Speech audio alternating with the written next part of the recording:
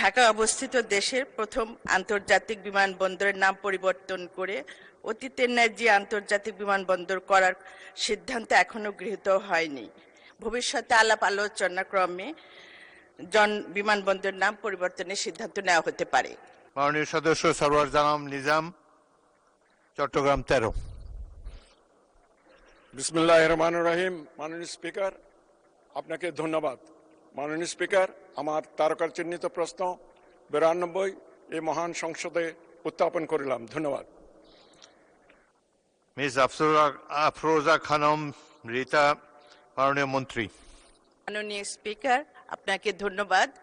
মাননীয় স্পিকার, আমি প্রথমবারের মতন জাতীয় সংসদের সদস্য হিসেবে উপস্থিত হতে পেরে আমার মাননীয় সংসদ নেতা জনাব তারেক রহমানের প্রতি কৃতজ্ঞতা জ্ঞাপন করছি। এখন আমি তারকা চিহ্নিত প্রশ্নের উত্তর দিচ্ছি। ঢাকা অবস্থিত দেশের প্রথম আন্তর্জাতিক বিমানবন্দরের নাম পরিবর্তন করে অতীতের ন্যায় যে আন্তর্জাতিক বিমানবন্দর করার সিদ্ধান্ত এখনো গৃহীত হয়নি। নির্বাচন ইশতেহার অনুযায়ী সরকার বিভিন্ন জনবান্ধব কর্মসূচি বাস্তবায়নে মনোনিবেশ করেছেন। ভবিষ্যতে আলাপ আলোচনা ক্রমে বিমানবন্দর নাম পরিবর্তনের সিদ্ধান্ত নেওয়া হতে পারে।